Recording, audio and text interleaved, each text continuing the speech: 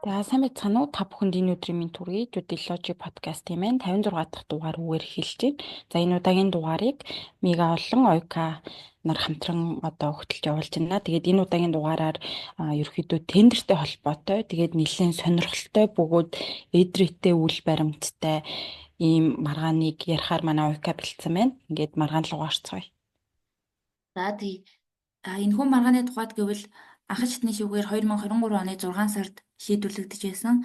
За давзаалдах шатны шүүхээр 2023 оны 8 сарын 9-нд шийдвэрлэгдсэн. За улсын дээд шүүхээр 2023 оны 10 сарын 30-ны өдөр эцэслэн шийдвэрлэгдсэн. 2023 оны 077 тоот юм улсын дээд шүүхийн тогтоолтой захирааны эрх зүйн маргаан байгаа. За энэхүү маргаан дээр бол одоо нэхэмжлэгчээр хуулийн этгээд буюу товч нэр нь бол OTR гэсэн одоо OTR гэж хэлж болох юм уу, тийм компани оролцдог. За хариуцагчаар бол 3 этгээд хариуцагчаар татагдсан. Эхнийх нь Эрдэнэс 5толгой хувьцаат компани. За хоёрдугаарх нь Эрдэнэс 5толгой хувьцаат компани тендерийн үнэлгээний хороо, гурав дахь нь Сангийн яам гэд. За ийм 3 хариуцагчид холбогдуулаад хэмжлэгчийн зүгээс 8 ширхэг хэмжлийн шаардлага гаргасан байдаг. За хэмжлийн шаардлагаа танилцуулахаас өмнө үйл баримтаа яриад эргээд хэмжлийн шаардлага дээр ирвэл илүү ойлгомжтой болох байх. За энэхүү маргаан маань өмнө дурдсанчлан нөгөө тендерийн маргаан учраас гол хэрэглэгдэх хууль маань бол төрийн болон орон нутгийн өмчийн хөрөнгөөр бараа ажил үйлчлэгээ худалдаа авах тухай хууль хэрэглэгдэнэ. За энэхүү маргаан одоо шүүхтэр явж исэн цаг хугацаа нь бол 2023 оны 6 сараас эхлээд 2023 оны 10 сар хүртэл явж исэн. За тэгээд яг тендер шалгаруулалт хийгдэжсэн үе нь бол 2005 онд батлагдсан төрийн болон орон нутгийн өмчийн хөрөнгөөр бараа ажил үйлчилгээ худалдаа авах тухай хуулиар шийдвэрлэгдэж байгаа. Тэгэхээр энэ хууль маань бол 2023 оны 6 сарын 16-нд шинжилэн найруулагдсан. За бид нэр одоо өнөөдөр ярих байгаа маргаан бол хуучин хуульд хамааралтай хүчингүй болсон хуулийн залтууд хэрэглэгдээд явна гэсэн үг. Гэтэ яг нөгөө хууль хэрэглэний тайлбар нь бол одоо шинээр мөрдөгдөж байгаа хуульд ч ихсэн хамааралтай ач холбогдолтой ийм маргаан байгаа. За үйл баримтаа танилцуулъя. За 5 толгой хувьцаат компани зүгээс бол 2023 оны 2 дугаар сарын 13-ны өдөр за нэг тодорхой газрын уурхайн хөрс хуулалт олборлолтын ажлын одоо гүйцэтгэгчийг сонгон шалгаруулах тендерийг зарласан байдаг. За энэхүү тендерт бол одоо тендер нь ер нь бол тендерийн тухай хууль заасанчлан 2 шаттай явагдсан юм лээ. За эхний шат нь бол тендерийг хянаж үзнэ гэсэн шат. За хянаж үзсэн шатанд тэнцэн тендерүүдийг одоо тендерийг үнэлэх гэсэн 2 дугаар шатанд ингээ оруулаа явдаг. За тендерийг хянаа үзэх шатн дээр бол 2 компани гарч ирсэн. Хянаа үзэх шатны шалгуур хангасан гэж 2 компани бол сонгогдсон байдаг. За тэдгээрийн нэг нь бол энэ нэхэмжлэгч O компани, нөгөөх нь бол M гэдэг ийм 2 компани байгаа. За тендерийг хянаа үзсний дараа тендерийг үнэлэх шат руу орсон. За үнэлэх шатнаас бол хамгийн сайн гэсэн үнэлгээ авсан зөвхөн нэг компани шалгарах боломжтой. За үүн дээр нэхэмжлэгчийн нөгөө компани буюу M гэдэг компани шалгарсан. За ийм одоо үйл баримт болсон. За ингээд нэхэмжлэгч маань шалгаж чадаагүй бөгөөд M гэдэг компани шалгарсан шийдвэр гарсан мэдээллийг 2023 оны 3 сарын 31-нд нэхэмжлэгчид мэдээлсэн байгаа. За ингээд нэхэмжлэгчид мэдээсний дараа юу болсон бэ гэхээр тендер шалгах хамгийн сайн гэсэн үнэлгээ авч тендер шалгарсан M компани маань одоо хуульд нийцээгүй гэсэн юм зөрчил гардаг. За энэ ямар шийдвэр вэ гэхээр 2023 оны одоо хавар бол тэр жигтэй нөгөө хөгжлийн банкны сонсгол гээд их тийм шуугантай хавар болж исэн. Тэгэд энэ M гэдэг компани тухайд яг хөгжлийн банкны одоо хөгжлийн банктай холбоотой хэн шалгах төр хорооны дүгнэлт болон одоо хилцүүлгийн үеэр тендер шалгарсан M компани маань бол хөгжлийн банкнд өөртөө за тэгээ зээлийн муу ангилалд шилжсэн гэдэг ийм одоо үйл баримтад нийтэд ил болсон байгаа. Тэгэхээр одоо энэхүү компанийн хувьд бол нөгөө тендерийг хянаа үзэх болон үнэлэх гэсэн 2 шатны хянаа үзэх шатандаа тэнцвэргүй байсан ийм компани байгаа юм. За тэгээд хянаа үзэх шатанд одоо зээлийн өргүү байх шаардлагыг хангаагүй компанийг хамгийн сайн тендер гэж шалгаруулсан өөрөө хууль нийцээгүй байна гэсэн гомдлыг одоо манай маргааны нэхэмжлэгч маань Сангийн яамд гаргасан байдаг. За Сангийн яамд энэхүү гомдлоо одоо мэдээлэл хүлээн авснаасаа хойш нэг 6 хоногийн дараа гаргасан. За Сангийн яам 4 сарын 6-нд гаргасан гомдолд 4 сарын 20-ны өдөр хариу өгсөн байдаг. За хариу нь бол За цагийн ам ер нь бол ийм тендерд оролцогчдоос гомдол хүлээн аваад 3 төрлийн шийдвэр гаргах одоо хууль зүйн боломж байд юм бэлээ. За нэгдүгüүрт бол хэрвээ одоо захиалагчийн үйлдэл нь хууль зөрчсөн гэж үзвэл тухайн шийдвэрийг нь бүхэлд нь эсвэл хэсэгчлэг хүчингүй болгох өөрчлөх бүр хэрэгтэй. За хоёрдугаарт нь тухайн асуудалд ямар хуулийн заалт хэрэглэх вэ гэдгийг захиалагчид буюу одоо тендерийн үнэлгээний хороонд зааж өгөх хэрэгтэй. Гуравдугаарт нь бол зөрчлийг арилгасны үндсэн дээр тендер шалгуулалтаа явуулаа гэсэн гэдгийг одоо захиалагчаас шаардах гэсэн 3 төрлийн бүрэн эрхийг хэрэгжүүлэх боломжтой гэдэм билээ. За энэхүү маргааны тухайд гэвэл сангийн яам захиалагчид тухайн асуудалд ямар хууль хэрэглэх вэ гэдгийг нь заах гэсэн шийдвэрийг гаргадаг. За сангийн яамны одоо албан бичиг бол захиалагч бол үнэлгээний хороонд 4 сарын 20-ны өдөр хүрэгдсэн. За агуулгын тухайд гэвэл за эм буюу тендер шалгарсан компани хийж байгаа Монгол Улсын одоо хөгжлийн банкнд хугацаа хэтэрсэн зээлийн хүүгийн өр төлбөртэй эсэх асуудлыг нэгтлэн үзхийг мэдэгдэж байна гэдэг ихнийх нь. За хоёрдугаар хэсэг нь болохоор тендерийн тухай хуулийн одоо холбогдох заалтыг үндэслэн эрүүлсэн бүх тендерүүдийг шалгаж үзнэ үү гэсэн ийм хоёр дахь заалттай байгаа. Тэгэхээр сангийн амны шийдвэр бол зөвхөн эм компанийг шалгаж үзээ зогсохгүй. Одоо А буюу нэхэмжлэгч компанийг ч гэсэн давхар шалгаж үзээрэй гэдэг агуулгаар гарсан гэсэн.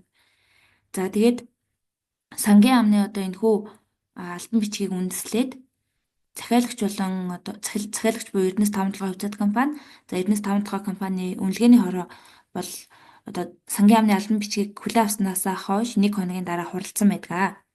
За тэгээд хуралдаад ямар шийдвэр гаргасан бэ гэхлээр ОМ гэдэг хоёр компаниг хуулингийн одоо эрүүлсэн материал нь хууль заасан шаардлага хангаагүй байна гэж үзээд татгалзсан. За энэхүү татгалзлаа бол компанид одоо хүргүүлсэн байгаа мэдээлэлээр за татгалзал дээр ямар агуулга байдаг вэ гэхлээр компани одоо тендерийн нөгөө хоёр шат байгаа шүү дээ. Компани бол хянаа үзэх шатыг давцсан байсан. Гэтэл хянаа үзэх шат руугаа эргэж очиод хянаа үзэх шатн дээр шалгагдах ёстой байсан зарим зүйлс бол шаардлага хангаагүй байна гэж үзсэн. За тодорхойлбол тээврийн хэрэгслийн тухайд 60 тонны даацтай байх ёстой байтал компани 55 тонны даацтай тээврийн хэрэгс санал болгосон байдаг.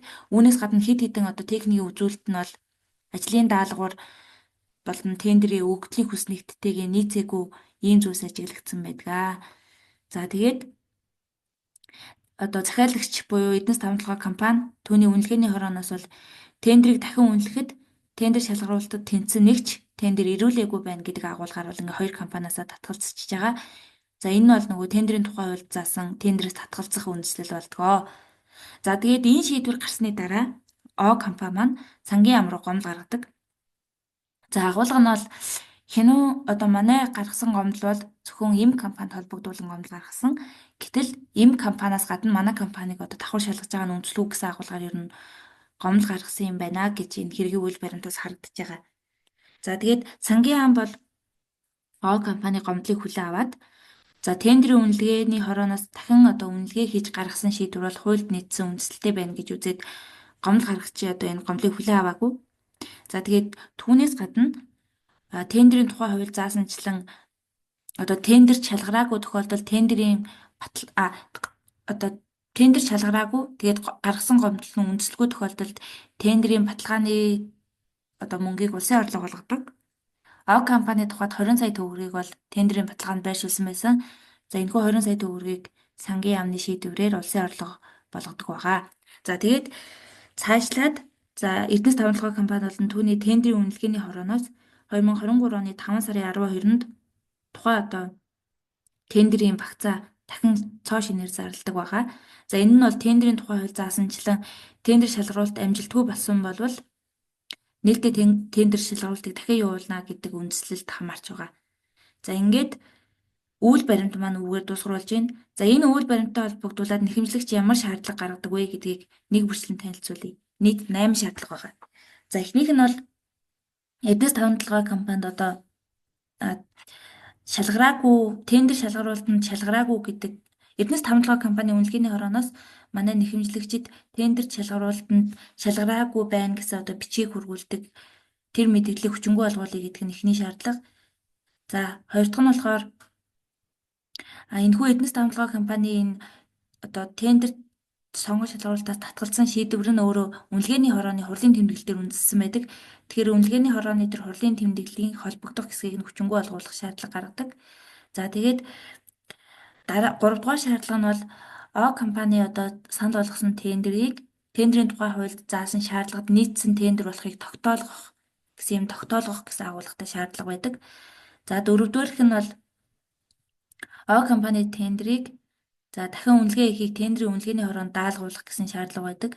За 5 дахь нь болохоор одоо дахиад нөгөө нэг хоёр альч тендерт оролцогч маань шалгараагүй учраас үнэлгээний хорооноос дахин тендер зарласан. Тэгэхээр дахин тендер зарласан шийдвэрийг нь хүчингү олгуулъя гэдэг. За тэгээд сангийн яамны зүгээс гомдол хянсан тухай буюу одоо хамгийн ихний гомдлыг хүлээн аваад сангийн яам ямар шийдвэр гаргасан бэ гэхээр эм компаниас гадна О компани буюу бүгднгийн ахин хянаа үз гэдэг шийдвэр мэдээлэл өгсөн байдаг. Тэгэхээр тэр мэдээллийг хүчингү болгуулъя гээд. За түүний дараа бас сангийн яамнаас одоо О компаниас татгалзсны дараа сангийн яам дахин гомдол гаргахад сангийн яам бол тэр гомдлыг хүлээн аваагүй. Тэгэхээр тэр мэдээллийг хүчингү болгуулъя гээд. За тэгээ эцэст нь бол нөгөө тендерийн баталгаанд байршуулж 20 сая төгрөгөөр буцаан гаргуулъя гэдэг ийм 8 ширхэг тэхэмжлийн шаардлагыг бол тэхэмжлэгч маань 3 хариуцагчид холбогдуулан гаргасан байдаг.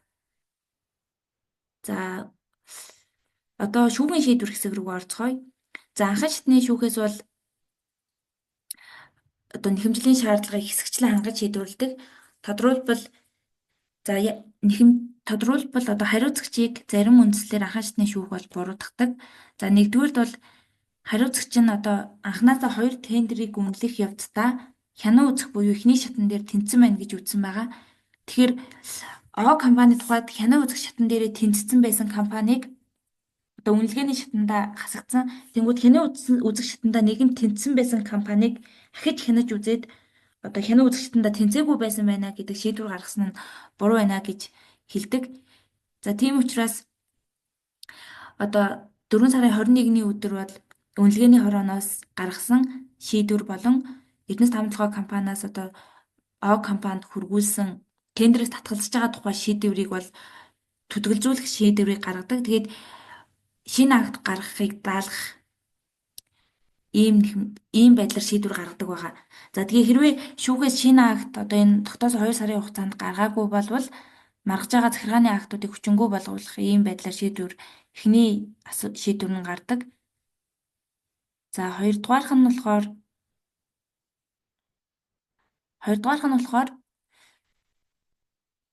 за яг нэхэмжлийн шаардлагыг хангаж шийдвэрлсэн хэсгүүд байгаа.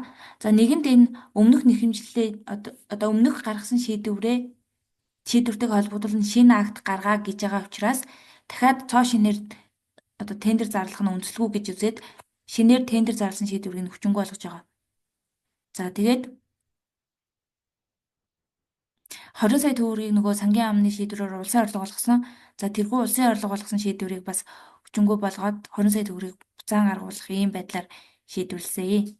За тэгээд нэхэмжлийн шаардлагын хэрэгсэхгүй болгосон хэсэг нь юу вэ гэхлээр одоо нөгөө шинэ тендерийн үнэлгээний хороонд одоо О компани гаргасан тендер нь хуульд нийцсэн болохыг тогтоолгох гэдэг ийм хэмжээний шаардлагыг бол хангах хууль зүйн боломжгүй байна гэж үздсэн байгаа. За тэгээд үүгээр бол анхан шатны шүүхийн шийдвэр дуусгар болж байгаа. Үндсэндээ нэхэмжлийн шаардлагыг хэсэгчилсэн байдлаар хангасан.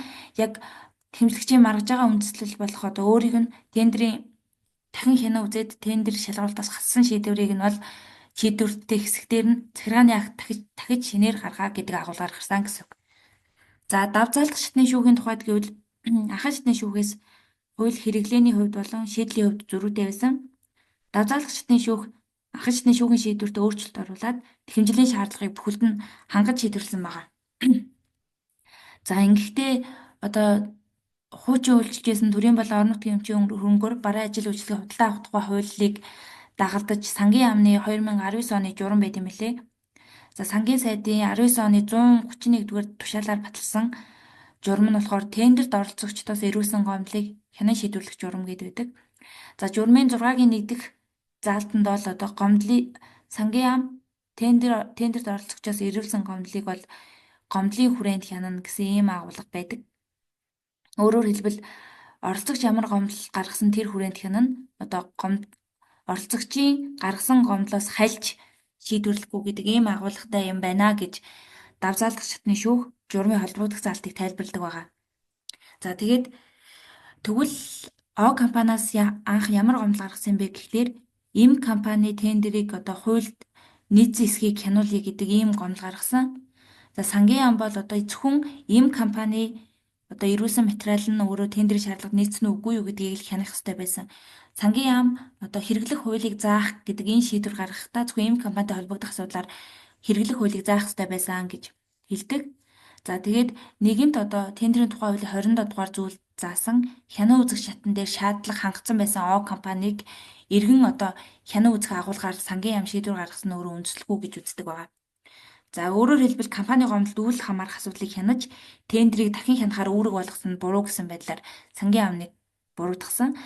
За анхан шатны шүүх бол одоо нөгөө шинээр захиргааны акт гаргах хүртэлх хугацаанд О компаниг тендер шалгуулалтаас хассан шийдвэрийг бол төдөлжүүлж шийдвэрлсэн байна. За үүнтэй холбоотой давзаалгах шатны шүүх ямар дүгнэлт хийсэн бэ гэхлээр захиргааны актыг төдөлжүүлэх одоо шийдвэрийг шүүх ямар тохиолдолд гаргадаг вэ гэхлээр хэргийн нөхцөл байдлыг тодруулах шаардлагатай тохиолдолд захиргааны актыг төдөлжүүл шийдвэрлэдэг. За одоогийн нөхцөл байдал дээр бол хэргийн нөхцөл байдлыг тодруулах ийм шаардлага байхгүй байна. Өөрөөр хэлбэл одоо урдчилсан энэ нь одоо төдөлжүүлэх шийдвэр гаргах урдчилсан нөхцөл бүрдээгүй. Одоогийн нөхцөл байдалд бол дахин нэмж тодруулах ийм үйл баримт байхгүй байгаа учраас анхан шатны шүүхийн шийдвэр бол үндэслэхгүй гэж үзсэн байгаа. За анхан болон давзаалдах шатны шүүх ийхүү хоорондоо үйл баримтын одоо хууль хэрэглээний хувьд болон шийдлийн хувьд зөрүүтэй гарсан. За тэгээ нэг ялангуяа давзаалдах шатны шүүхийн шийдвэр бол хариуцагчийн эсрэг тэмцэлийн шаардлагыг бүхэлд нь хангаж шийдвэрсэн байдаг. Тийм учраас 3 хариуцагчийн зүгээс за үүнд бол Эрдэнэс Тавталгын хувьцаат компани, Эрдэнэс Тавталгын хувьцаат компанийн үнэлгээний ороо, за Цангийн ам гэсэн 3 хариуцагчаас хяналтын шатны шүүхэд бол хяналтын журмаар гомдол гаргадаг. За ийхүү гомдол гаргах үед бол нөгөө шүүхийн тухай хуулийн хяналтын журмаар гомдол гаргах үндслэлд бол нэмэлт өөрчлөлт орсон байсан. За тэгээд 3 хариуцагч маань ямар үндслээр гомдол гаргадаг вэ гэхлээр нэгдүгээр шүүхийн хууль хэрэглээний зөрүүг адилгах. Өмнө дурдсан анхан болон давах хоёр шатны шүүх бол хоорондоо хууль хэрэглээний зөрүүтэй байгаад байгаа. За хоёрдугаар үндслэл нь бол эрх зүйн шинэ ойлголт эсвэл хууль хэрэглээг тогтооход зарчмын хувьд нийтлэг ач холбогдолтой гэдэг ийм заалт шүүхийн одоо процесс хуулиудад нэмэлт байдлаар орж ирсэн. Тэгэхээр энэ хоёр заалтын хүрээнд хяналтын журмаар бол гомдол гаргадаг байгаа. За тэгээд хариуцагч талууд бол тус тусдаа өөр өөрийн одоо үндслэлийг хяналтын шатны шүүхэд тайлбарладаг. За эдгээрээс заримыг нь дурдъя. За ер нь бол хариуцагч нарын одоо хяналтын шатны шүүхээс одоо хүсэж байгаа үр дүн бол шүүхийн анхан шатны шүүхийн шийдвэр, за давзаалдах шатны шүүхийн магадлалыг бүхэлд нь хүчингүй болгоод тэмцлийн шаардлагыг бүхэлд нь хэрэгсэхгүй болгуулах гэдэг ийм шийдлийг одоо хяналтын шатны шүүхээс хүсэж байгаа. За Эрдэнэс Тавталгын хувьцаат компани болон тендерийн үнэлгээний хорооны тухайд гэвэл дараах гомдлыг хяналтын шатны шүүхэд гаргадаг. За нэгдүгээрт бол энэ нөгөө тендерийн харилцаа буюу одоо энэ бараа ажил үйлчилгээ худалдаа авах харилцааны суурь зарчмууд байд юм байна. За энэ нь бол одоо ил тод байх, тендерт оролцогчдод тэгш боломж олгох, шудраг байх гэх мэтлийн зал зохицуултууд байдаг. За яг энэ зарчмыг суурь болгоод эхний одоо үндэслэл нь гарч ирдэг. За нэгдүгээрт сангийн амны одоо шийдвэрийн дагуу бол зөвхөн эм компанийг хянаа үзээ зохисохгүй О компанийг давхар хянж үзээ гэдэг ингээ хуулийн ахиж хянж үзээ гэдэг ийм шийдвэр гаргасан. Тэгэхээр өмнө дурдсан тэр оролцогчдын тэгш эрхийг хангах зарчмын хүрээнд бол нэг оролцогчийг хянаж үзэж байгаа бол нөгөө оролцогчийн ч гэсэн адилхан хянж үзэх ёстой. Зөвхөн одоо эм гэдэг компаниг хянж үзээд О компанийг одоо хянж үзэхгүй байж болохгүй. Тэгэхээр энэ агуулгын дагуу одоо бусад этгээд буюу О компанийг ч гэсэн хянаж үзэж байгаа гэж тайлбарлаж байгаа. За тэнгүүд анхан болон давзаалдах шатны шүүх бол одоо анхан шатны шүүхийн тухайд гэвэл шинээр акт гаргахыг даалгах. За давзаалдах шатны шүүхийн тухайд гэвэл шууд одоо шийдвэрийг хүчингүй болгочихж байгаа. Тэгэхээр үнэлгээний хорооны зүгээс бол хоёр шатны шүүх одоо хэд ийм тулгсан шийдвэр гаргаж байна. За тэгээд одоо үнэлгээний хороонд өөрт нь хуулиар олгогдсон эрх хэмжээг нь хязгаарласан эрхэмжлэгчид давуу байдлыг үнэлэлгүйгээр бий болгосон агуулгатай шийдвэр гаргасан гэж өмнөх хоёр шатны шүүхийг буруутгадаг байгаа. За тэгээд Нэг ялангуяа одоо давзаалтчдын шүүхийн тухайд гэвэл сүүлд шинээр зарласан, тендер зарласан шийдвэрийг бас хүчингүй болгож шийдсэн байгаа. За энэ дээр үнэлгээний хорооны байр суурь юу вэ гэхлээр тендерийн тухай хууль дээр бол нөгөө бүх зүйлс хугацаатай байдаг. Жишээлбэл одоо гэрээ байгуулах хугацаа гэхэд тендер зарлснаас хойш ажлын 15 хоногийн дотор шаардлага хангасан эсхийн хянана. За тэгээд хамгийн сайн тендер маань сонгогдчих юм бол тухайн этгээдтэй мэдэгдснээс хойш ажлын 6-аас доошгүй өдрийн дараа одоо гэрээ байгуулна гэх мэтчлэн тендерийн хуулийн үе шат болгон юм хугацаатай байдаг. За тэнгууд давзаалдах шатны шүүх маань одоо тендер дахин зарласан шийдвэрийг хүчингүй болгож байгаа нь нөгөө ямар үр дагавартай вэ гэхлээр тендерийн хууль заасан тэр нөгөө хугацаагаа баримтлаад дараа дараагийн үе шатаа хийгээ явж байгаа захиргааны байгууллага цаад өчрүүлж байгаа. Тэгэхээр нөгөө хуулийн дагуу хуулийн хугацаанд бүх юмаа ингэ шийдэх хэрэгтэй байтал одоо дахин тендер зарласан шийдвэрийг хүчингүй болгочоор яг нөгөө хууль заасны хугацаагаа баримтлах ийм боломжууд нь хумигдчихж байгаа. Ерөнхийдөө захиргааны хувьд ийм хуулийн заалтаа хэрхэн яаж хэрэгжүүлэх вэ гэдэг дээр ойлгомжтой нөхцөл байдал үүссэн гэж тайлбарладаг. За сангийн яамны тухайд гэвэл одоо яг нөгөө шүүхийн процесс хуулийн 123-2-4 буюу эрх зүйн шинэ ойлголт хууль хэрэглээ тогтоох зарчмын ач холбогдолтой гэдэг энэ гомдол дээр илүү төвлөрсөн байр суурьтай байдаг. Ер нь одоо анхан болон давзаалт шатны шүүхийн шийдвэрлсэн байдлаар цаашдаа шүүхийн хууль хэрэглээ тогтоовол энэ яг бодит практик дээр бол маш ийм хүнд нөхцөл байдлыг үүсгэх гээд байна гэсэн байдлаар сангийн яам тайлбарладаг байгаа. За тэгээд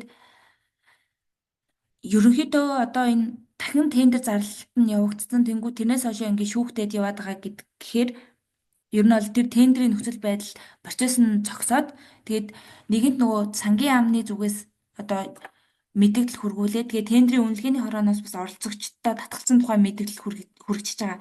Тэгэхээр үндсэндээ нэг тендерийн процесс ингээд амжилтгүй ч гэсэн ингээд дуусгар болчихж байгаа гэж үздэг юм лээ. Тэгэхээр ингээд дуусгар болсон тендерийг шүүх эргэж цөхөөд одоо дуусгар болсон тендер дээр захиргааны гаргасан шийдвэрүүдийг хүчингүй болгоод байхаар энэ яг бодит практик дээр одоо нийцэхгүй ийм нөхцөл байдал үүсэж байна гэсэн агуулгаар сангийн яам гомдол гаргадаг байгаа. За тэгээд товчхондоо бол ийм та бүхэн яг шийдвэрийг нь бүхэлд нь унших юм бол сангийн яам бас нэлээд олон тайлбаруудыг гаргадаг байгаа. Тэр бүхнийг бас дурдах боломжгүй байна. За хяналтын шатны шүүхийн шийдвэрлэг оролцгоё. За эхлээд манай өмнө дурдсанчлан нэхэмжлэгч нийт 8 нэхэмжлийн шаардлага гаргадаг. За хяналтын шатны шүүх 8 нэхэмжлийн шаардлагаас 2 нэхэмжлийн шаардлагыг хүлээн авахаас татгалздаг байгаа. За эхнийх нь бол нэхэмжлэгчээс гаргасан эхний шаардлага нь бол мэдээллийг хүчингүй болгуулъя. За тэгээд үнэлгээний хорооны тэмдэглэлийг хүчингүй болгуулъя гэдэг ийм зүйлс байдаг. За мэдээлэл нь бол компани ирүүлсэн тендерээс татгалзаж байгаа ийм мэдээлэл байгаа. За үнэлгээний хорооны шийдвэр нь бол компани нөгөө шаардлагад хангаагүй байна гэдгийг үнэлгээний хуралдах явцдаа тэмдэглэл дээр тусгасан ийм зүйлс байгаа. За тэнгууд энэ мэдээлэл буюу энэ мэдээлэл болохоор одоо үнэлгээний хорооноос биш Эрдэнэс Тавталгын хувьцаат компаниасаа одоо нэхэмжлэгч компани руу очсон ийм мэдээлэл байгаа. За энэ мэдээллийг хяналтын шатны шүүх юу гэж тайлбарладаг вэ гэхлээр за энэхүү мэдээлэл нь бол үнэлгээний хорооны тэмдэглэлийг үндэслэж гарсан юм байна. За тэгээд энэхүү мэдээллийн агуулга нь бол Эрдэнэс Тавталгын компани тэр тендерийн одоо асуудлаар шийдвэр гаргаж байгаа биш харин тендерийн үнэлгээний хорооны гаргасан шийдвэрийг Эрдэнэс Тавталгын компани зүгээс тендерт оролцогч компанид мэдэгдэж байгаа юм байна. Тэгэхээр энэ мэдэгдсэн агуулгатай баримтлагч нь бол захиргааны ерөнхий хуулийн 37-гийн 1-т заасан захиргааны актын шинжийг агуулгахгүй. За тэгээд захиргааны актын шинжийг агуулгахгүй учраас захиргааны процесс хуулийн захиргааны хэрэг шүүгд хэн шийдвэрлэх тухай хуулийн 52 дугаар зүйлийн 5-1 заасан хүчингүй болгуулах гэдэг нэхэмжлийн шаардлагын зүйл болохгүй гэдэг ийм дүгнэлтийг хийсэн. За тийм учраас захиргааны хэрэг шүүгд хэн шийдвэрлэх тухай хуулийн 54 дугаар зүйлийн 1-1-ийг үндэслээд захиргааны хэргийн шүүхийн харьяаллын бус гэж үзээд за энэ мэдээллийг хүчингүй болгуулах гэсэн нэхэмжлийн шаардлагаас татгалзаж байгаа. За харин тендерийн үнэлгээний хорооны шийдвэр буюу одоо яг тендерийн үнэлгээний хорооны тэмдэглэл буюу яг компаниг тендер шалгаруулалтад одоо шаардлага хангахгүй байна гэдэг үнэлгээний хорооны тэр тэмдэглэл бол захиргааны акт мөн байна гэсэн ийм агуулгаар ингээ ялгаад өгчөж байгаа. За хоёрдугаарт нь бас нэхэмжлэлийг одоо хүлээн авахаас татгалзсан хоёрдугаар шаардлага нь юу байсан бэ гэхлээр за нэхэмжлэгч маань бол өөрийн одоо тендерийг төрийн болон орон нутгийн өмчийн хөрөнгөөр бараа ажил үйлчилгээ худалдаа авах тухай хуулийн 27-гийн 3 дугаар зүйлд заасан тендер болохыг тогтоолгох гэсэн ийм нэхэмжлийн шаардлага гаргасан. За энэ тогтоолгох нэхэмжлийн шаардлага нь бол одоо захиргааны хэрэг шүүгдгийн шийдвэрлэх тухай хуулийн 52 дугаар зүйлийн 5-ын 3-т заасан эрх зүйн харилцаа байгаа эсэхийг тогтоолгох ийм нэхэмжлийн шаардлагын төрөл юм байна гэж шүүх тодорхойлж байгаа. За энэ эрх зүйн харилцаа байгаа эсэхийг тогтоолгох нэхэмжлийн шаардлага бол одоо захиргааны процесс хууль заасан бусад нэхэмжлийн шаардлагын төрлүүдээс ялгаатай. За энэ нэхэмжлийн шаардлага дээр онлын хувьд бол нөгөө субсидиар гэдэг зарчим үйлчлэн гэж хэлдэг. За энэ шүүхийн тайлбараас субсидиар зарчим нь юу вэ гэхээр хоёр дахь байх зарчим юм байна. Энэ нь юу гэсэн үг вэ гэхээр одоо хэрв тухайн нэхэмжлэгчийн яг шүүхэд гомдол гаргаж байгаа асуудал нь захиргааны одоо процесс хууль заасан энэ тогтоолгох нэхэмжлийн шаардлагаас бусад өөр нэхэмжлийн шаардлагыг хүрээнд хангагдах боломжтой байвал энэ тогтоолгох нэхэмжлийн шаардлагыг давхар гаргаж болохгүй. Тогтоолгох нэхэмжлийн шаардлагыг ямар нөхцөлд гаргах вэ гэхээр бусад нэхэмжлийн шаардлагуудаар тухайн асуудлаар гомдол гаргах боломжгүй болсон. Одоо бусад нэхэмжлийн шаардлагуудаар гаргаад тухайн нэхэмжлэгчийн хувьд амжилт олохооргүй одоо тухайн хууль зүйн өөр бусад үндслэл олдохгүй байгаа тохиолдолд хамгийн эцсийн зогсоол нь бол эрх зүйн харилцаа байгаа эсэхийг тогтоолгох ийм нэхэмжлийн шаардлага дээр бууд юм байлээ. За тэгэнгүүт одоогийн нөхцөл байдал дээр бол энэ тендерийн үнэлгээний хорооны шийдвэрийг хүчингүй болгочхоор тендерийн үнэлгээний хорооны одоо О компаниас татгалзсан тухай шийдвэрийг хүчингүй болгосноор нэхэмжлэгчийн үндсэн эрх ашиг нь ингээд сэргээгдэх боломжтой байгаа. Өөрөөр хэлбэл тухайн одоо тендер нь яг нөгөө тендерийн хуульд заасан шаардлага хангасныг тогтоолгох ийм нэхэмжлийн шаардлага гаргах шаардлагагүй байгаа. Зөвхөн одоо тендерийн хорооны шийдвэрийг хүчингүй болгосноор өөрийнх нь эрх ашиг одоо сэргэх боломжтой байгаа учраас энэ эрх зүйн харилцаа байгаа эсэхийг тогтоолгох нэхэмжлийн шаардлагыг гаргах ийм одоо нөгөө төр нөхцөл нь бүрдээгүй байна гэж үзээд энэ нэхэмжлийн шаардлагаас татгалздаг байгаа. За тэгээд энэ нэхэмжлийн шаардлагыг бол би даасан нэхэмжлийн шаардлага биш байна. Харин нөгөө тендерийн үнэлгээний хорооны шийдвэрийг хүчингүй болгох замаар одоо шийдвэрлэгдчих асуудал байна гэж үзээд татгалзсан байгаа. За энэ хоёр нэхэмжлийн шаардлагаас татгалзаад үлдсэн одоо 6 нэхэмжлийн шаардлага маань үлдсэн гэсэн үг. За гэхдээ 6 нэхэмжлийн шаардлага нэг нэгээр нь ярихаас илүүтэй яг үндсэн гол агуулгуудын ер нь хүндий гэж бодож байна. За сангийн амны одоо 2023 оны тэр 4-р сарын 20-ны өдрийн гомдол хянсан тухай мэдээлэл бол ачаал бүгдэлтэй. Ягаад гэхээр яг хамгийн анх О компани одоо Им гэдэг компани Хөгжлийн банкнаас одоо чанаргүй зээлдэгч болсон юм байна гэдэг асуудаар гомдол гаргах үед сангийн ам одоо энэхүү гомдолд зөрүүлээд Им компаниг одоо хянж үзэх хэрэгтэй. Тэрнээс гадна О компаниг гэсэн давхар хянж үзье гэдэг агуулгыг тендерийн үнэлгээний хороо болон Эрдэнэс тавталгаа компанид хүрүүлсэн байдаг. За тэгээд энэ явцад бол манай одоо нэхэмжлэгч маань 6 үндэслэлийг сангийн амд гомдол гаргаж ирсэн билээ.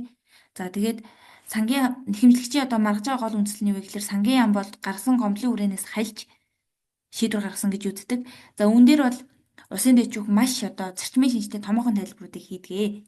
За сангийн амны тэр тендерийн үнэлгээний хорооны шийдвэрийг одоо энэ хянаж байгаа механизм бол захиргааны эрх зүйд бол нөгөө захиргааны урьдчилан шийдвэрлэх ажиллагаа гэж нэрлэгддэг.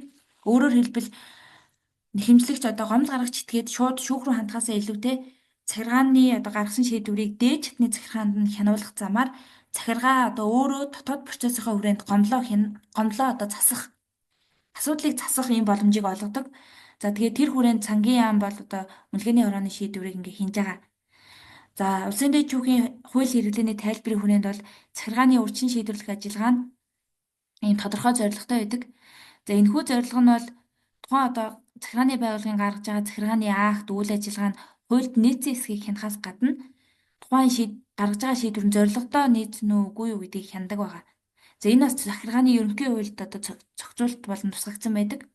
За тэгээд хуульд нийцсэн эсхээс гадна зорилготой хүрж байгаа эсхийг нь хянахын тулд тухайн гомдлын одоо хүрээнээс хайлах шаардлагатай болдог. Тэгэхээр захиргааны урьдчилан шийдвэрлэх ажиллагааны хяналт нь гомдлын хүрээгээр хязгаарлагдана гэсэн зарчим одоо үйлчлэлтгүй гэсэн үг. Түүнээс гадна гомд гаргагчийн эрх зүйн байдлыг дордуулахгүй байх гэдэг зарчим энэ захиргааны урьдчилан шийдвэрлэх ажиллагаанд хамаардаггүй.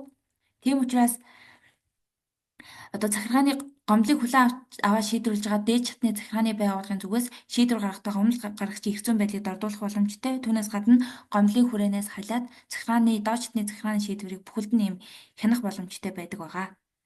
За тэгээд гэтэл одоо нэг хэмжлэгчийн тайлбарлаж байгаагаар бол сангийн ам гомдлын хүрээнээс хальж хянсан гэдэг ийм тайлбар маань үнэлэлгүй болоод ирж байгаа. За тэгээд улсын дэд шүүхийн хувьд бол сангийн амны хэлж байгаа тайлбарууд дараах байдлаар үндэслэлтэй гэж хэлдэг. Сангийн ам юу гэж тайлбарладаг вэ гэхээр тендерийн тухай хууль заасны дагуу одоо оролцогчдод өрсөлдөх тэгш боломж олгож байгаа хариуцлагатай байх зарчмыг хэрэгжүүлэх үүднээс сангийн ам ба зөвхөн эм компаниас гадна одоо О компанийг давхар хянуулах ийм шийдвэрийг гаргасан. За энэ шийдвэр нь бол үндэслэлтэй байна гэж улсын дэд шүүх үзсэн байгаа. За тэгээд бас одоо гомдол гаргагчийн дурдаад байгаа өөр нэг агуулга нь юу вэ гэхлээр захиргаа ингээд нэгэн шийдвэр гаргацсан бол тэр шийдвэрээ эргэж өөрчилж болохгүй гэсэн ийм нэг агуулга цохолцдог. Өөрөөр хэлбэл О гэдэг компанийг тендерийн хянаа үзэх шатн дээр нэгэн тэнцвүүлсэн бол хянаа үзэх шатн дээр нэгэн тэнцвүүлсэн бол эргэж одоо хянаа үзэх шат руугаа ахиж оруулаад хянаа үзэх шатн дээр тэнцэхгүй гэдэг эсрэг шийдвэр гаргаж болохгүй гэсэн ийм байдлаар гомдлын агуулга нь одоо дурддагддаг. Өөрөөр хэлбэл цаад агуулга нь бол захиргаа нэгэн шийдвэр гаргасан бол тэр шийдвэрээ өөрчилж болохгүй юм шиг ийм агуулгаар одоо тайлбарладаг. За үүнийг бол улсын дэд шүүх эсрэгээр нь тайлбарласан. Өөрөөр хэлбэл захиргаа одоо нэгэнд гаргасан шийдвэрээ ингэж өөрчлөх боломжтой. За хэрвээ шүүхийн зүгээс захиргаа нэгэнд гаргасан шийдвэрээ өөрчилж болохгүй гэсэн байдлаар дүгнэлт хийгээд хэлвэл энэ нь захиргааны байгууллагын сонгох боломжийг бол хязгаарлах юм үр дагавартай. Захиргааны байгууллагын сонгох боломж дотор шүүхээс бол оролцож болдгоо гэж үздэг. За үүгээр бол ингээд усын дэд шүүхийн ингээ үндсэн тайлбарууд гарч ирж байгаа. За тэгээ эцсийн шийдэл нь юу вэ гэхлээр давзаалдах шатны шүүхийн магадлалыг бол бүхэлд нь хүчинг болгосон. За анхан шатны шүүхийн шийдвэрт өөрчлөлт оруулсан ийм шийдвэр гарчээ.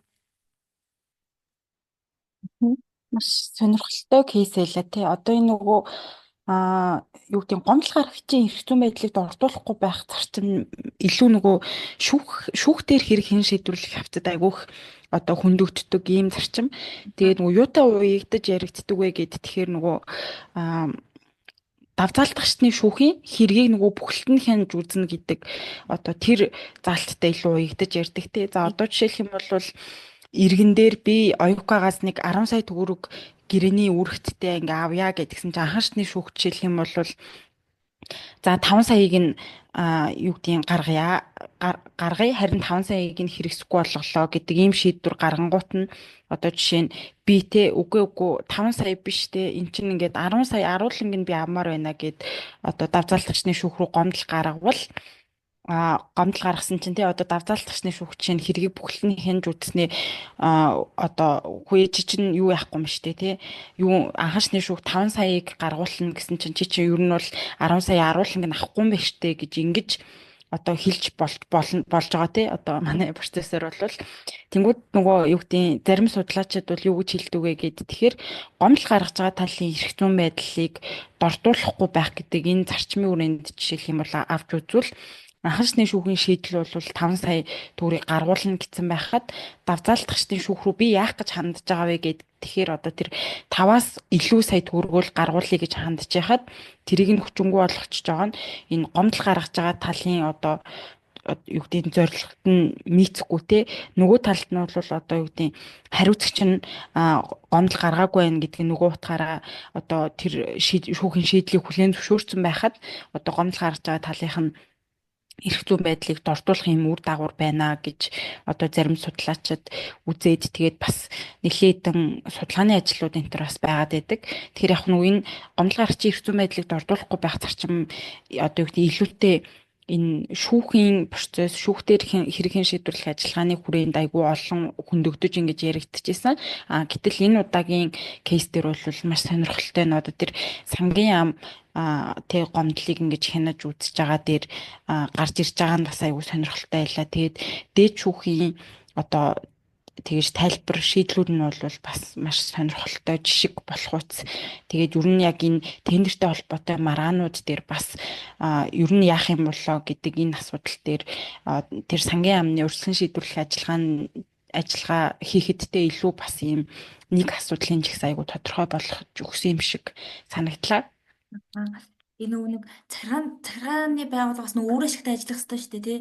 Тэнгүүд сангийн ам өөрөө тендерээ хянаа үзэх чатанда Энэ нөгөө этгээд нь ч Мгм. гэсэн ер нь бас хууль зөрчсөн юм байна. Хууль зөрчсөн юм байна гэдгийг нь мэдсээрэн байж ич тэрийгэ одоо доожтны захиргааны байгууллагата хэлж чадахгүй байгаар чинь захиргаа нөгөө өөрийнхөө алдааг засах боломж нь хөнөгдөд байгаа.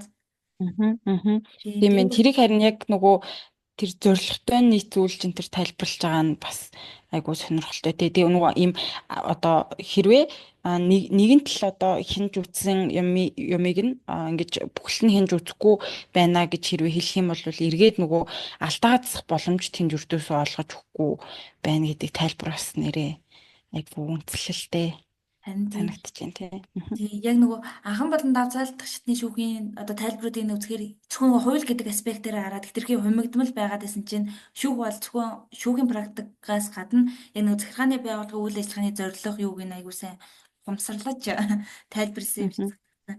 Тэрнээс гадна Мгм. нэг эрх зүйн харилцаа байгаа эсэхийг тогтоолгох гэнгүүтээ субсидиар зарчим Тийм. гэдэг хэлээд байгаа шүү дээ. Энэ бас Мгм. нөгөө хүмүүс практик дээр одоо нэхэмжлээ авахгүйхын тулд ингээл байж болох бүх нөгөө нэхэмжлийн шаардлагын төрлүүдээ бараг гаргачих тийм шиг байгаа. Тийм энэ маргаан бас нэрээ яг тэгж санагдсан. Чамайг эхнээс нь ингээл 8 хэмжлэлийн шаардлагатай гээл тэгэхээр гэж яг бодчихсон чинь.